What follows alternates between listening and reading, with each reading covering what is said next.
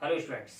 आज हम पढ़ने वाले हैं कक्षा 8वीं का अध्याय 8 सूक्ष्म जीव एक अद्भुत संसार का।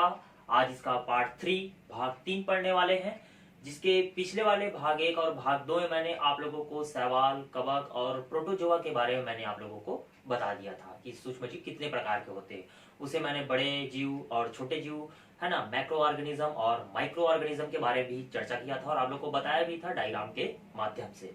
तो बिल्कुल जिसने पिछला वीडियो नहीं देखा है वो पिछला वीडियो बिल्कुल देख लेंगे, उसको निकालकर भाग 1 और भाग 2 को। आज इसका भाग 3 पढ़ने वाले हैं और जीवाणु, विषाणु और रोगों से लड़ने की क्षमता, रोग प्रतिरोधक क्षमता के बारे में हम लोग क्या करेंगे, बात करेंगे। ठीक है, तो सबसे पहले चलते हैं हम लोग, कहाँ चलते हैं, यहाँ पर आज का टॉपिक तो मैंने आप लोग को बता दिया, जीवाणु, विषाणु और बात करेंगे रोग प्रतिरोधक क्षमता के बारे में बात करेंगे। ठीक है, तो सबसे पहले हम जीवाणु के बारे में बात करते हैं। ठीक है, तो जीवाणु होता क्या है। जैसे कि अगर मैंने आप लोगों को बताया था कि जीवाणु के बारे में, है ना, कि इसे हम लोग क्या कहते हैं, बैक्टीरिया कहते हैं, इंग्लिश में क्या कहते हैं, बैक्टीरिया कहते हैं। ये इतने अति सूक्ष्म होते हैं कि इन्हें देखने के लिए इलेक्ट्रॉन सूक्ष्मदर्शी की आवश्यकता भी होती है। ठीक है, जैसे कि उदाहरणतः बात कर सकते हैं, आप लोगों को मैंने, है ना, कुछ डायग्राम के माध्यम से भी दिखाया था कि इलेक्ट्रॉन सूक्ष्मदर्शी कैसा होता है। ठीक है, इसका सर्वप्रथम खोज जो था, है ना, सन 1600, है ना, सन 1676 ईस्वी में किसने किया था, एंटोनी वॉन ल्यूवेनहॉक नामक वैज्ञानिक ने अपने स्वयं के बनाए सूक्ष्मदर्शी के माध्यम से इस जीवाणु को क्या किया था, उसने देखा था। ठीक है, तो जीवाणु के बारे में उन्होंने बताया कि ये जीवाणु जो होते हैं वो अति सूक्ष्म होते हैं। ठीक है, जिस प्रकार से वायरस जो होता है अति सूक्ष्म होता है, उसी प्रकार से जीवाणु भी होता है। ठीक है, तो इसको देखने के लिए स्वयं के बनाए सूक्ष्मदर्शी, है ना, वैज्ञानिक का नाम मैंने बताया एंटोनी वॉन ल्यूवेनहॉक। ठीक है, सन 1676 ईस्वी में उन्होंने स्वयं के बनाए सूक्ष्मदर्शी के माध्यम से इसे देखा था। जीवाणु जो है वो प्रायः कैसे होते हैं, गोलाकार होते हैं, सर्पिलाकार होते हैं, छड़ाकार होते हैं। ठीक है, बिल्कुल इसको याद रखिएगा, है ना, जीवाणु कैसे होते हैं, सर्पिलाकार, छड़ाकार और गोलाकार आकृति के होते हैं। ठीक है, जीवाणु जो है इसके बारे में अगर हम आगे चर्चा करते हैं तो जीवाणु जो है ना, वो हर जगह उपस्थित होता है ना, हमारे आसपास के वातावरण में उपस्थित है ये। ठीक है, तो हमारे आसपास के वातावरण में उपस्थित है लेकिन हम उसे देख नहीं पाते हैं। ठीक है, तो जीवाणु के बारे में अगर और आगे हम लोग चर्चा करेंगे तो अगर हम आप लोगों को लेकर चलते हैं, खेतों में लेकर चलते हैं, कहाँ लेकर चलते हैं, खेतों में, जहां पर दलहन वाली फसलें, जिसको जैसे बात कर सकते हैं चना, सेम, मटर, सरसों, ठीक है, या मेथी, ऐसे जहां पर जो दलहन फसलें उगे हुए हैं, अगर वहां पर हम जाते हैं तो उन जो दलहन जो फसलें हैं उनकी जड़ों का अवलोकन करते हैं, और जो दलहन फसलें नहीं हैं उनके जड़ों का अवलोकन करते हैं। तो अवलोकन करने के बाद हम उसमें से क्या निकाल सकते हैं, चेंजेस, भिन्नता निकाल सकते हैं। क्या भिन्नता निकाल सकते हैं, जैसे कि बात कर सकते हैं हम, जैसे चना, जिसको चना बुट आप लोग जानते होंगे, है ना, अगर पौधे की जड़ों का अगर हम निकालते हैं तो उसमें हम लोग को गांठें दिखाई देती है, देखोगे आप लोग, है ना। तो जो गांठें दिखाई देती है अगर उसका अवलोकन करते हैं तो उनमें राइजोबियम नाम का एक जीवाणु पाया जाता है। देखो जीवाणु का ही बात हो रहा है ना, तो राइजोबियम नाम का एक जीवाणु पाया जाता है जो हमारे वातावरण में उपस्थित जो 78% जो नाइट्रोजन पाया जाता है, कितना प्रतिशत, 78% जो नाइट्रोजन गैस जो पाया जाता है उसमें से नाइट्रोजन का क्या करता है, वो स्थिरीकरण करने का काम करता है और उसे नाइट्रोजन के यौगिक में क्या कर देता है, बदल देता है, जिससे वो पौधे के वृद्धि के लिए क्या होता है, आवश्यक होता है, लाभदायक भी होता है। ठीक है, पुनः मैं बता देना चाहता हूं कि दलहन वाली फसलों को अगर हम उनकी जड़ों का अवलोकन करते हैं तो जड़ों का अवलोकन करने के बाद, जैसे मैंने कहा, सेम, चना, मटर, सरसों, मेथी, ठीक है, ये सब दलहन वाली फसलें हैं। इन दलहन फसलों की अगर जड़ों का हम अवलोकन करते हैं तो उनमें राइजोबियम नाम का एक जीवाणु पाया जाता है। कौन सा जीवाणु पाया जाता है, राइजोबियम नाम का एक जीवाणु पाया जाता है, जो क्या करता है, नाइट्रोजन का स्थिरीकरण करने का काम करता है, उसको इकट्ठा करने का काम करता है। ठीक है, इकट्ठा जब करता है तो उसमें जो नाइट्रोजन गैस जो एकत्रित किया हुआ है उसे वो नाइट्रोजन के यौगिक में क्या कर देता है, बदल देता है, जो पौधे के वृद्धि के लिए, है ना, बहुत ही क्या होता है, आवश्यक होता है। ठीक है, उसी प्रकार से अगर हम आगे चर्चा करते हैं, इसमें आगे बढ़ते हैं, तो इसके लिए हम क्या करते हैं, 2 कटोरी लेते हैं। क्या करते हैं, 2 कटोरी, और जीवाणु के बारे में जानने के लिए 2 कटोरी लेते हैं हम लोग। ठीक है, एक कटोरी का नाम दे देते हैं हम लोग अ, दूसरे कटोरी का नाम दे देते हैं हम लोग ब। ठीक है, 2 कटोरी लेते हैं और दोनों कटोरी में हम लोग क्या करते हैं, गर्म दूध लेते हैं। ठीक है, गर्म दूध क्या कर देते हैं, इसके अंदर हम लोग डाल देते हैं। ठीक है, अब क्या करते हैं, हम लोग को दही भी लेना है तो हम अ वाले कटोरी में क्या कर देते हैं, थोड़ा सा क्या कर देते हैं, दही मिला देते हैं। क्या मिलाते हैं हम लोगों ने, दही। लेकिन ब वाले कटोरी में हम क्या करते हैं, दही नहीं मिलाते हैं। अब आप बता सकते हैं कि कौन से कटोरी में दही जो है वो बनेगा। बिल्कुल आपने बता दिया कि अ वाले कटोरी में सर क्या बनेगा, दही बनेगा। ठीक है, तो दही बनने का कारण क्या हो सकता है। ठीक है, मैंने क्या किया, 2 कटोरी लिया, 2 कटोरी लेने के बाद में उसमें थोड़ा सा गर्म दूध डाल दिया मैंने, अ वाले भी थोड़ा सा डाला, ब वाले में भी थोड़ा सा डाला, और मैंने क्या किया, ये डालने के बाद में जो अ वाला कटोरी था उसमें मैंने क्या डाल दिया, थोड़ा सा दही डाल दिया, और ब वाले कटोरी में मैंने दही नहीं डाला। ठीक है, अब इसका हमने क्या किया, अवलोकन किया। अवलोकन करने के बाद में आपने बता दिया कि सर अ वाले कटोरी में क्या होगा, दही जो है वो बनेगा, ब वाले कटोरी में बनने वाला नहीं है। हुआ क्या कि यहाँ पर जो दही में उपस्थित जो लैक्टोबैसिलस नामक जो जीवाणु था, देखो फिर से नाम आया लैक्टोबैसिलस, किसे पाया जाता है, दूध में। ठीक है, तो दही में जो उपस्थित जो लैक्टोबैसिलस नाम का जो क्या है, वहां पर जीवाणु जो है वो दूध की शर्करा को क्या कर देता है, अम्लीय पदार्थों में क्या कर देता है, बदल देता है, जिसके कारण से दूध जो है वो दही में क्या हो जाता है, परिवर्तित हो जाता है। तो दूध जो है वो दही में परिवर्तित हो गया क्योंकि उसको एक उचित तापमान मिल गया, 37 डिग्री सेंटीग्रेड। ठीक है, एक उचित तापमान मिल गया उसको वृद्धि करने के लिए, वह वृद्धि करते क्या करते गया, और दूध की शर्करा को अम्लीय पदार्थों में क्या कर दिया, उसने बदल दिया, जिसके कारण से दूध जो था वो क्या हो गया, खट्टा हो गया। ठीक है, अर्थात वो दही के रूप में क्या हो गया, परिवर्तित हो गया। अब वो ज्यादा खट्टा ना हो जाए इसलिए हम क्या करते हैं, जब वह दही बन जाता है तो ज्यादा खट्टा ना हो जाए करके हम क्या कर देते हैं, उसे फ्रिज में अंदर या किसी वातावरणीकृत जो भाग होता है जहां पर ठंडा होता है, जिसको कोल्ड स्टोरेज कहते हैं, उस जगह पर हम क्या करते हैं, उसे रख देते हैं। वहां पर रखने से होता क्या है कि वहां पर जीवाणुओं की वृद्धि जो होती है मंद हो जाती है, क्योंकि वहां पर टेम्परेचर तो है वो क्या हो जाता है, 37 डिग्री सेल्सियस कैसे हो जाता है, डाउन हो जाता है। तो डाउन हो गया तो वहां पर जो जीवाणु की वृद्धि है वो पूर्ण रूप से होने वाला नहीं है, और वह जो दही जो था वह अत्यधिक खट्टा नहीं हो पाएगा, क्योंकि वहां जीवाणु वृद्धि कर ही नहीं पा रहे हैं इसलिए। ठीक, चलिए, तो ये तो आप लोगों ने समझ लिया कि पहला नंबर मैंने बताया आप लोगों को राइजोबियम जीवाणु के बारे में बताया, दूसरा मैंने बताया आप लोगों को लैक्टोबैसिलस के बारे में। ठीक है, उसी प्रकार से और बात करते हैं जो शाकाहारी जो जंतु जो होते हैं, तो शाकाहारी जंतु को आप लोगों ने देखा होगा कि हमेशा वो क्या करते हैं, पेड़ पौधे घास इत्यादि को क्या करते रहते हैं, खाते रहते हैं। ठीक है, तो वो उनको आप लोगों ने जुगाली करते हुए भी देखा होगा। ठीक है, तो उनके जो अमाशय में क्या पाया जाता है, पाचन तंत्र में पाया जाता है एक जीवाणु पाया जाता है, जो पौधे में क्या उपस्थित होता है, जो कोशिका भित्ति किसकी बनी होती है, सेल्यूलोज की बनी होती है। किसकी बनी होती है, सेल्यूलोज की। तो वो सेल्यूलोज का पाचन करने में क्या करता है, मदद करता है। अर्थात आप लोगों ने इसको कक्षा 6वीं 7वीं में भी पढ़ा होगा, है ना, गाय का पाचन तंत्र आप लोगों ने पढ़ा था, याद होगा आप लोगों को। ठीक है, तो उनके अंदर क्या पाया जाता है, सेल्यूलोज का पाचन करने के लिए एक जीवाणु पाया जाता है, जो उन घास पेड़ पौधे इत्यादि जो खा रहे हैं, जो कोशिका भित्ति जो सेल्यूलोज की बनी होती है उसका पाचन करने में क्या करता है, मदद करता है, वो जीवाणु ही होता है। ठीक, और आगे बात कर सकते हैं तो जीवाणु जो है हमारे आसपास जो बहुत सारे पदार्थ है उनका भी विघटन करने का काम करता है, अपघटन करने का काम करता है। ठीक है, तो अपघटन करने का काम कर रहा है, मतलब हमारा जो पर्यावरण है वो कैसा हो रहा है, शुद्ध हो रहा है, क्योंकि अपघटन जो होगा किसी पदार्थों का तो वातावरण जो है वो कैसा हो जाएगा, शुद्ध होते जाएगा। अगर अपघटन नहीं होगा तो सड़ेगा, दुर्गंध होगा इत्यादि। तो सड़ रहा है, दुर्गंध तो होगा ही, लेकिन वह अपघटित होकर क्या हो जाएगा, पूरा पूरा क्या हो जाएगा, समाप्त हो जाएगा। तो समाप्त हो गया मतलब क्या हो गया, पर्यावरण जो है वो कैसा हो रहा है, शुद्ध होते जा रहा है। ठीक, आगे इसमें चर्चा करते हैं, जैसे कि बात कर सकते हैं, है ना। तो जीवाणु जो है वो हमारे लिए कैसा है, लाभदायक तो है ही, ठीक है, लेकिन वो कभी कभी कैसा हो जाता है, हानिकारक भी होता है। हानिकारक के रूप में जैसे बात कर सकते हैं, आप लोगों ने टीबी, तपेदिक, कुष्ठ रोग इत्यादि के बारे में सुना ही होगा, टिटनेस के बारे में सुना ही होगा। ठीक है, कहीं पे चोट लग गया तो, है ना, जिसके कारण से हमको टिटनेस का इंजेक्शन लगाना पड़ता है। तो ऐसे बहुत सारे भाग होते हैं जो हमें बीमारी का क्या कर देते हैं, अंदाजा दिखा देते हैं। ठीक है, उसी प्रकार से निमोनिया बात कर सकते हैं, ये भी जीवाणु के माध्यम से ही संपन्न होता है। तो है ना, जीवाणु जिस प्रकार से हमारे लिए इतने सारे, है ना, भागों के लिए वो लाभदायक तो था ही, साथ ही साथ वो हमारे लिए कैसा हो रहा है, हानिकारक भी हो रहा है। ठीक है, तो ये लाभदायक भी है और हानिकारक भी है। जीवाणु जो है कैसा है, लाभदायक भी है और हानिकारक भी है। बिल्कुल इस बात को आप लोग क्या करेंगे, याद रखेंगे। ठीक, तो मैंने जीवाणु के बारे में आप लोग को समझा दिया, बताया भी था कि इसका खोज किसने किया था। तो सन 1676 ईस्वी में, है ना, एंटोनी वॉन लीवेनहॉक नामक वैज्ञानिक ने अपने स्वयं के बनाए सूक्ष्मदर्शी के माध्यम से सर्वप्रथम किसने देखा था, एंटोनी वॉन लीवेनहॉक ने इसे देखा था। ठीक है, पहला नंबर मैंने बात की इसमें राइजोबियम नाम का जीवाणु जो फलीदार पौधे के जड़ में पाया जाता है। दूसरे नंबर मैंने बात किया दूध में क्या पाया जाता है, लैक्टोबैसिलस नामक एक जीवाणु पाया जाता है। ठीक है, जो है ना, जो क्या करता है, दूध से, है ना, जब दही बनता है तो उसमें भी काम आता है इत्यादि, आप लोगों को बताया मैंने। ठीक, चलिए बात करते हैं इसमें विषाणु के बारे में।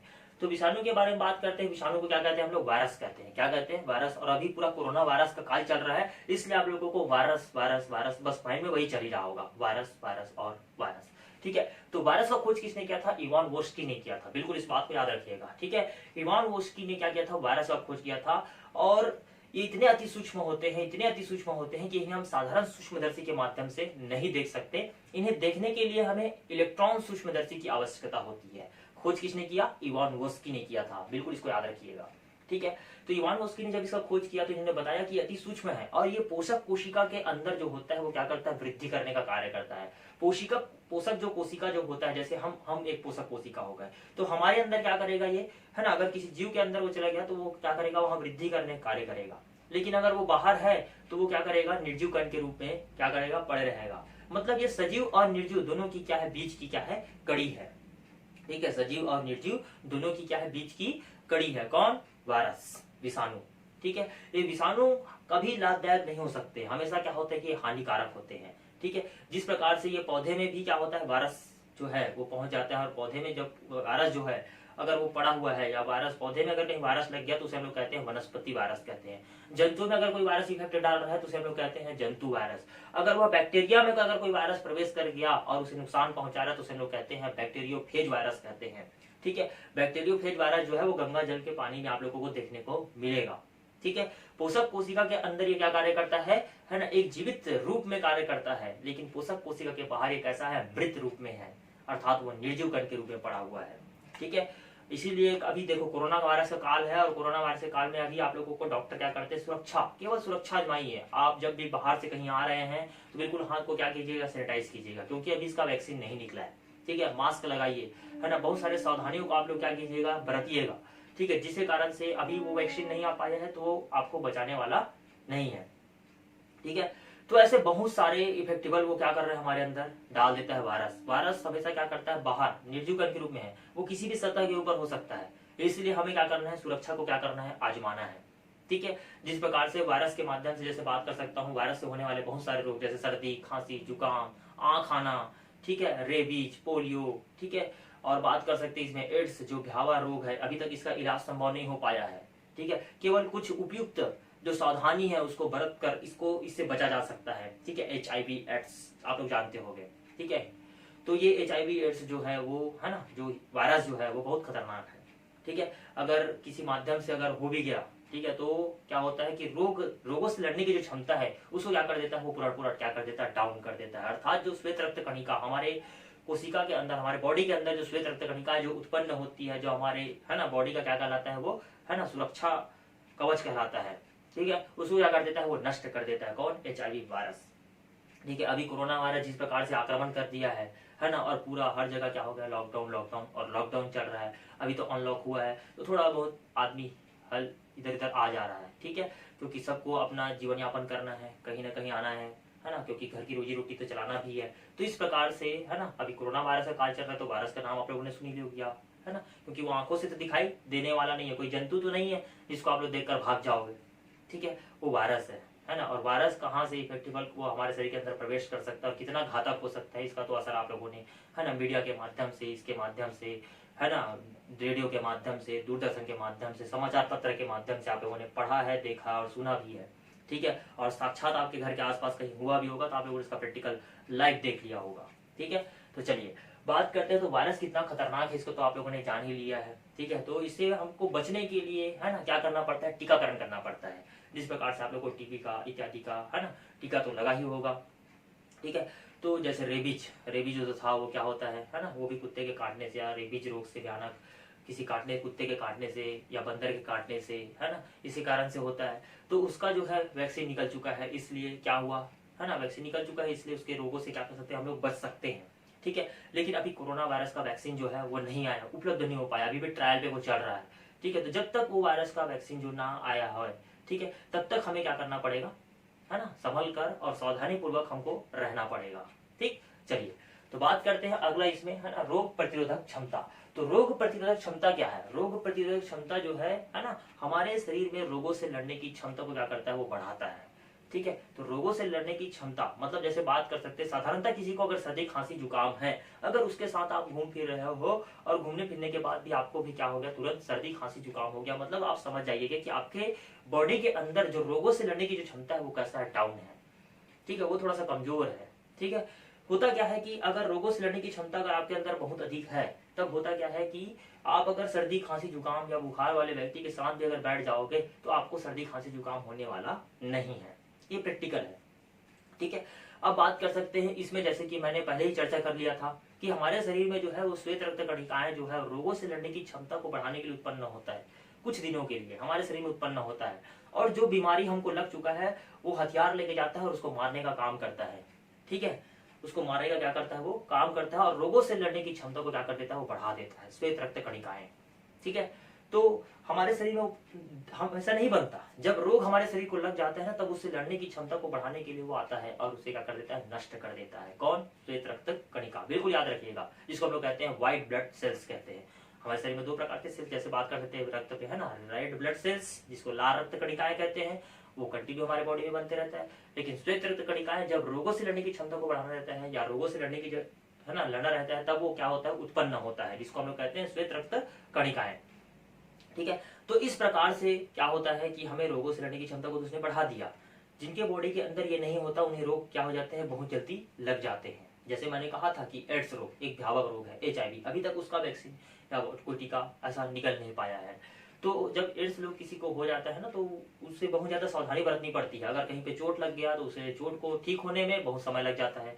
कोई साधारणतः अगर सर्दी खांसी बुखार हो गया उसको, तो वो कंटिन्यू बढ़ते जाएगा। जिस प्रकार से अभी वायरस के बारे में बात कर रहे थे कि कोई छोटा बच्चा है, उन्हें अगर ये रोग लग जाता है तो इफेक्टेबल होगा, क्योंकि उसके बॉडी के अंदर जो रोग प्रतिरोधक क्षमता है वो कैसा है, डाउन है। या किसी 80 साल या 60 साल से ऊपर या 70 साल से ऊपर अगर किसी बुजुर्ग का बात किया जाए, तो उसके अंदर जो रोग प्रतिरोधक क्षमता जो होती है, व्हाइट ब्लड सेल्स बनने की जो क्षमता होती है, वो डाउन हो जाती है, जिसके कारण से वो वायरस जो है उसको ज्यादा जल्दी पकड़ लेगा। तो इस प्रकार से हमें अपने अंदर रोगों को लड़ने की क्षमता को क्या करना पड़ेगा, बढ़ाना पड़ेगा। ठीक है, और होता क्या है कि बहुत सारे जो हमारे शरीर में जो भी गंदगी रहती है वो तो ऑटोमेटिकली है ना निकल जाता है। हमारे अंदर भी बहुत सारे, जैसे बात करते हैं जीवाणु के बारे में बात कर सकते हैं, हमारे अंदर ही बहुत सारे ऐसे पदार्थ हैं या बोल सकते हैं विषाणु जीवाणु बैठे हुए हैं अभी भी। ठीक है, उससे क्या होता है कि वो धीरे धीरे क्या हो जाता है, मर जाता है। जैसे उदाहरण बात करते हैं, हम खेलते हैं कूदते हैं शरीर से पसीना के माध्यम से, या बात करते हैं हमारे शरीर में जो अपशिष्ट पदार्थ है उसके माध्यम से। ऐसे बहुत सारे माध्यम है जिसके माध्यम से वो जो है ना, जो हमारे शरीर को रोग लगना है वो तो निकल ही जाता है। लेकिन फिर भी हमें अपने बॉडी के अंदर रोग प्रतिरोधक क्षमता को क्या करना पड़ेगा, बढ़ाना पड़ेगा। ठीक है, इसके लिए हमें है ना संतुलित भोजन इत्यादि है ना सब ग्रहण करना पड़ेगा। ठीक है, और नियमित क्या करना पड़ेगा, हमको व्यायाम करना पड़ेगा, है ना। तो इस सब क्रियाकलाप को कर हम क्या कर सकते हैं, अपने बॉडी को हष्ट पुष्ट और अच्छा खासा बना सकते हैं। ठीक है, और रोगों से लड़ने की क्षमता को क्या कर सकते हैं, हम लोग बढ़ा सकते हैं। ठीक है, तो नियमित क्या करना है, अपने को योगा करना है, ठीक है, व्यायाम करना है, ठीक है, संतुलित भोजन ग्रहण करना है, जिसके कारण से हमारे शरीर का जो इम्यूनिटी सिस्टम जो है वो क्या हो जाएगा, हाई हो जाएगा, और रोगों से लड़ने की जो क्षमता है उससे हम क्या हो जाएंगे, आगे बढ़ जाएंगे। ठीक, तो चलिए, तो आज मैंने आप लोगों को है ना ये 3 टॉपिक पढ़ाया आप लोगों को, जीवाणु, विषाणु और रोगों, है ना, रोग प्रतिरोधक क्षमता के बारे में। तो रोग प्रतिरोधक क्षमता में मैंने आप लोग को 2 भाग बताए, व्हाइट ब्लड सेल्स बताया और एक रेड ब्लड सेल्स, है ना। दोनों भाग को आप लोग हिंदी और इंग्लिश में लिखेंगे। साथ ही साथ आप लोग जीवाणु का खोज कब और किसने किया उसके बारे में लिखेंगे, और विषाणु का खोज किसने किया, है ना, इसके बारे में लिखेंगे। इसे कौन सी कड़ी के रूप में रखा गया है, निर्जीव सजीव, ठीक है, उसके बारे में लिखेंगे और लिखकर आप लोग क्या करेंगे, मुझे भेजेंगे। तो आज के लिए इतना बहुत है, धन्यवाद।